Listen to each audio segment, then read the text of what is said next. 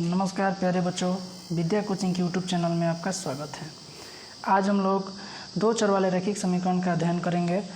इससे पीछे हम लोग दो चैप्टर बना चुके हैं, वास्तविक संख्या और ये आपका बहुपद। आइए बिना देरी करते हुए सवाल को शुरू किया जाए। पहला सवाल इसका है, रैखिक समीकरण इतना का एक हल है, बताइए इनमें से कौन। हम यहाँ पहले से ही बना के रखे हैं। देखिए ये सवाल हम लिखे हैं। इस ऐसे सवाल में जब पूछेगा ना कि इनमें से कौन हल है, तो ऑप्शन में रख के चेक किया जाता है। तो हम रख के चेक कर चुके हैं। ऑप्शन नंबर सी हमको मिला है। x के जगह पे x का मान, y के जगह पे y का मान रखिएगा, बराबर में आना चाहिए 0। देखिए x के जगह पे 1 रखे हैं, y के जगह पे 3 रखे हैं।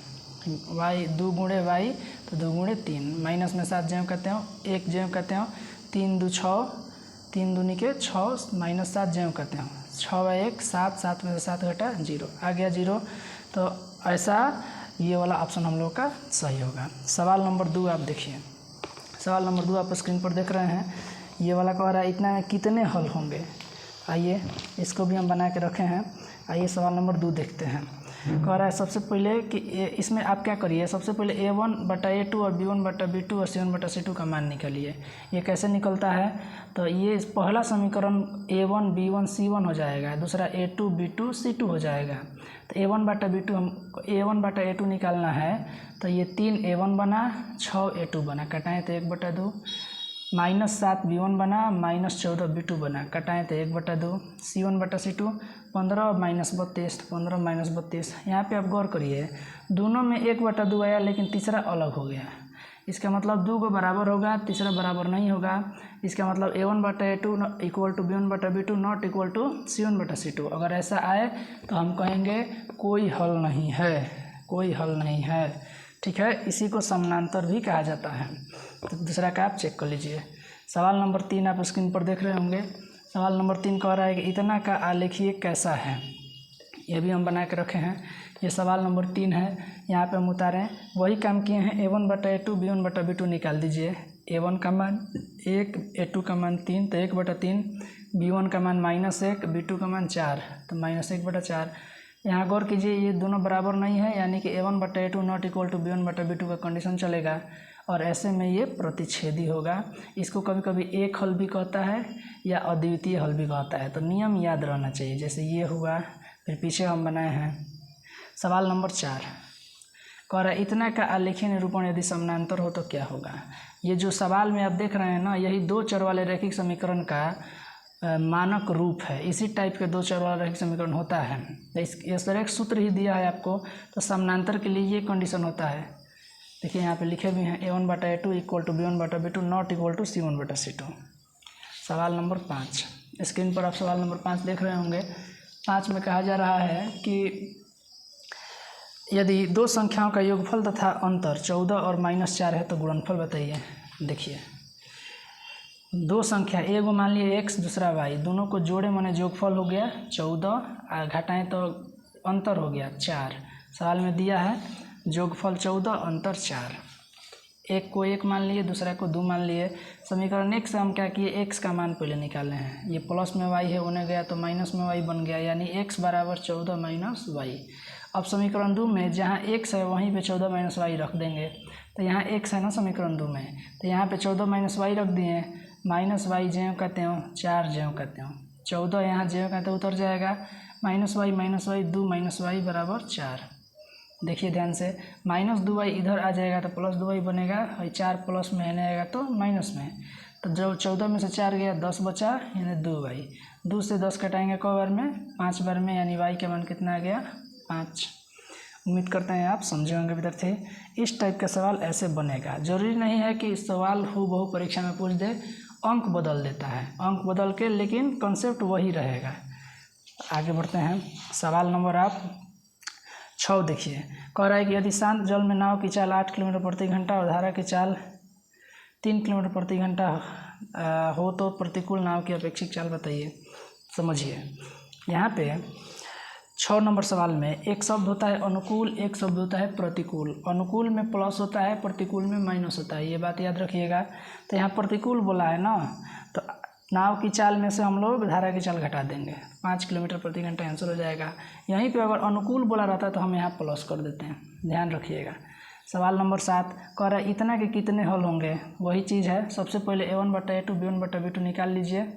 यहाँ पे हम निकाल लिए हैं। कंडीशन आया है संपाती होला, मतलब तीनों बराबर है, a1/a2 भी, a1/b2 भी, c1/c2 भी। तो ऐसा कंडीशन में संपाती होगा। संपाती को अनंत हल भी कहते हैं, अनगिनत हल भी कहते हैं। तो 7 का यहाँ पे सी हो जाएगा। 8 देखिए, 8 कह रहा है कि इतना का इसमें से क्या होगा। तो सेम वही टाइप है। हम सवाल यहाँ लिख लिए हैं, a1/a2 b1/b2 निकाल लिए।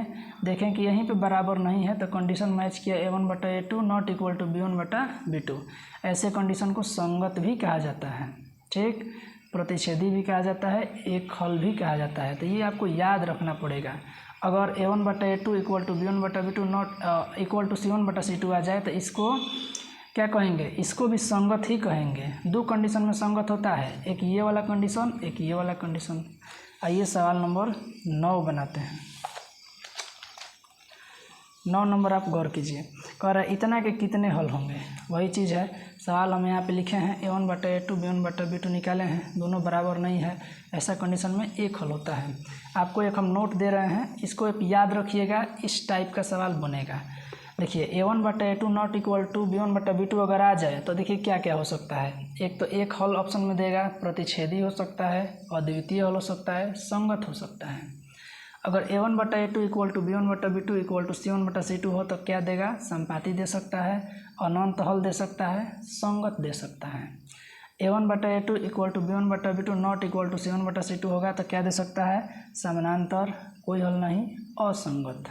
ठीक है, तो ये वाला याद रखिएगा, सब बन जाएगा। सवाल नंबर 10 आप अपनी स्क्रीन पर देख रहे होंगे। आइए इसको हम हल कर रहे हैं। सवाल नंबर 10 में कह रहा है कि रैखिक समीकरण युग्म हैं। तो यहाँ पे चलिए देखते हैं। सवाल से डायरेक्ट हम a1/a2 का मान निकालते हैं विद्यार्थी। a1 का मान 6, a2 का मान 2, कटेगा तो 3 आएगा। b1/b2 का मान निकालते हैं। b1 का मान -3 और b2 का मान -1, कटेगा तो ये भी 3 आएगा। 2 बराबर हो गया।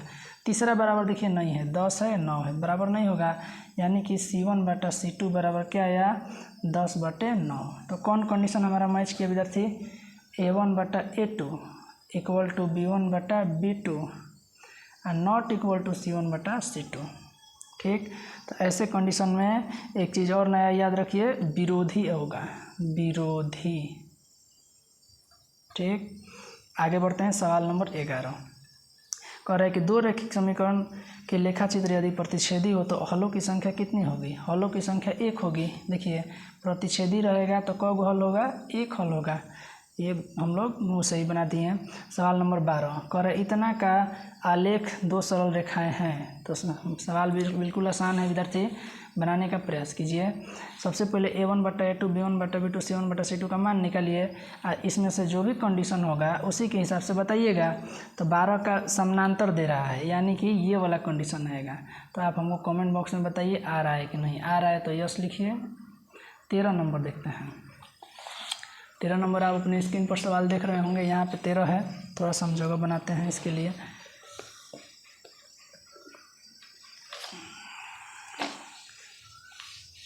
तेरह नंबर में क्या बोल रहा है कि यदि रैखिक समीकरण युग्म संगत है तो उनके द्वारा निरूपित रेखाएं क्या हो सकती हैं। तो संगत 2 कंडीशन में होता है। यहाँ पे देखिए लिखा है, यहाँ भी यहाँ भी। तो एक इसमें क्या दिया है, प्रतिच्छेदी या तो संपाती। ये प्रतिच्छेदी नहीं तो संपाती। ठीक है, इसी से देखिए बन गया कि नहीं। सवाल नंबर 13 भी हम लोग बना दिए हैं। 14 देखते हैं। कह रहा है यदि इतना इतना के समीकरण के वास्तविक संख्याओं के समूचे कितने हल होंगे। तो इसके अनंत हल होंगे, अनगिनत भी कह सकते हैं। आप कहेंगे कैसे सर। देखिए यहाँ पे x और y के मान में यहाँ पे जो बार आप x का मान जो बार y का मान रखिएगा तो बार इसका अलग अलग मान मिलता जाएगा। इसका एक हल निश्चित नहीं है। अगर आप x y का मान बदलते रहिएगा तो हल भी बदलता रहेगा। इसलिए इसमें से अनगिनत हल होगा और अनगिनत हल ऑप्शन में है नहीं, तो इनमें से कोई नहीं हम मारेंगे। ठीक है, 15 नंबर सवाल देखिए। 15 नंबर कह रहा है कि रैखिक समीकरण में चर के घातों की संख्या। तो रैखिक समीकरण में चर की घात की संख्या 1 होता है। इसका नाम ही है रैखिक। रैखिक में घात का 1 होता है मान। 16 नंबर देखिए, कह रहा है कि रैखिक समीकरण युग्म में इतना के हल होंगे। बिल्कुल सवाल नंबर 1 जैसा है। जिस तरह फर्स्ट सवाल हम बनाए हैं उसी प्रकार ये भी बनेगा। बना के हमको कमेंट बॉक्स में आंसर बताइए। 17 नंबर कह रहा है यदि इतना के हल x और y है तो x y का मान, एकदम इजी है, वही टाइप है जैसे 16 बनेगा, जैसे 1 बना है उसी प्रकार 17 बनेगा। उम्मीद करते हैं आप हमको कमेंट में ज़रूर आंसर बताएंगे। 18 नंबर देखिए, कह रहा है एक रैखिक समीकरण का घात क्या होगा, तो अभी ना बताए हैं एक रैखिक समीकरण का घात 1 होगा। 19 नंबर देखते हैं, कह रहा है इतना का निकाय क्या होगा, कुछ नहीं a1/a2 b1/b2 का मान निकालिए, उसके हिसाब से देखा जाएगा। इसमें हमको लग रहा है इसमें आपका हो जाएगा असंगत आंसर दे रहा है, असंगत दे रहा है तो असंगत कौन कंडीशन में है, ये वाला कंडीशन में है, ठीक, तो ये कंडीशन आएगा। कमेंट बॉक्स में ज़रूर बताइएगा। 20 नंबर देखते हैं, कह रहा है के किस मान के लिए संपाती होगा। आइए ये बताते हैं इस टाइप का, लेकिन आपको बनाना होगा, तो ध्यान से देखिएगा। के किस मान के लिए कह रहा है संपाती होगा, तो संपाती कंडीशन देखिए यहाँ पे हम लिखे हैं, तीनों बराबर होता है, तो तीनों बराबर होता है तो तीनों बराबर किया जाए। a1/a2 का मान, तो a1/a2 का मान इसमें से निकालिए, a1 का मान 1 और a2 का मान 2। b1/b2 का मान, b1 का मान 2 दिया है और b2 का मान k दिया है, ठीक। हमको k से ही मतलब है, तो ये दोनों को बराबर करिए ना, आंसर आ जाएगा। 1/2 बराबर 2/k, तो 2 दूनी के 4, k एकम k का मान आ गया 4, समझे। तो सवाल नंबर 21 इसी टाइप का है, संपाती कह रहा है, प्रदर्शित करता है, तो बताइए के का मान। तो कमेंट बॉक्स में हमको आंसर बताइएगा अगर आप वाकई में पढ़ रहे हैं तो। सवाल नंबर 22 अब हम लोग देखेंगे। सवाल नंबर 22 देखिए, कह रहा है दो रैखिक समीकरण के आलेख प्रतिच्छेदी रेखाएं हैं, तो रैखिक समीकरण युग्म इनमें से कौन सा होगा। जब प्रतिच्छेदी होगा तो एक हल होगा, देख लीजिए यहाँ पे साफ अभी भी लिखा हुआ है, प्रतिच्छेदी आएगा तो एक हल होगा, ये याद कर लीजिएगा, तीनों तो बहुत हेल्प करेगा आपको। सवाल नंबर 23 कह रहा है दो रैखिक समीकरण के आलेख समानांतर हो तब रैखिक समीकरण का युग्म बताइए। जब देखिए समानांतर हो जाता है तो रैखिक समीकरण का युग्म कोई हल नहीं, इसमें से 23 का ऑप्शन इसमें दे रहा है ए, तो इसमें कोई हल नहीं, समझ रहे हैं आप। 24 नंबर कह रहा है इतना इतना तथा इतना का कोई हल ना हो तो के का मान बताइए। कोई हल ना होने के लिए कंडीशन ये वाला आता है, तो आइए इसको लिखते हैं। सवाल में से a1/a2 का मान निकालने आना चाहिए आपको। आप 24 तक आ गए हैं, तो 3/6 यानी कट के 1/2 आएगा। b1/b2 का मान देखिए, सवाल में b1 का मान -1 और b2 का मान -2, ये भी 1/2 आ गया।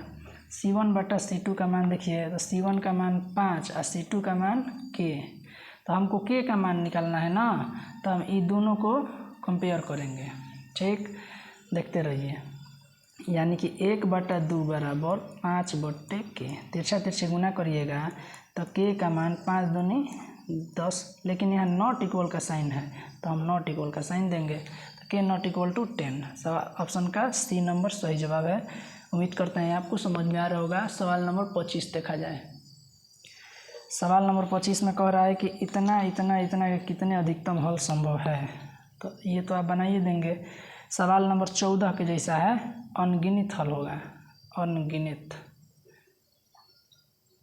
26 देखिए, कह रहा है इतना के हल बताइए, तो कोई बात नहीं, a1/a2 b1/b2 का मान रखिए और बताइए इसमें से कौन सा होगा। 27 नंबर कह रहा है यदि रैखिक समीकरण इतना के युग्म असंगत है तो निरूपित करने वाली रेखाएं क्या होगी। देखिए आपके सामने हम लिखे हैं, जब असंगत होता है तो रेखाएं क्या होती है, समानांतर होती है, तो यहाँ पे इसका ए हो जाएगा आंसर, ठीक।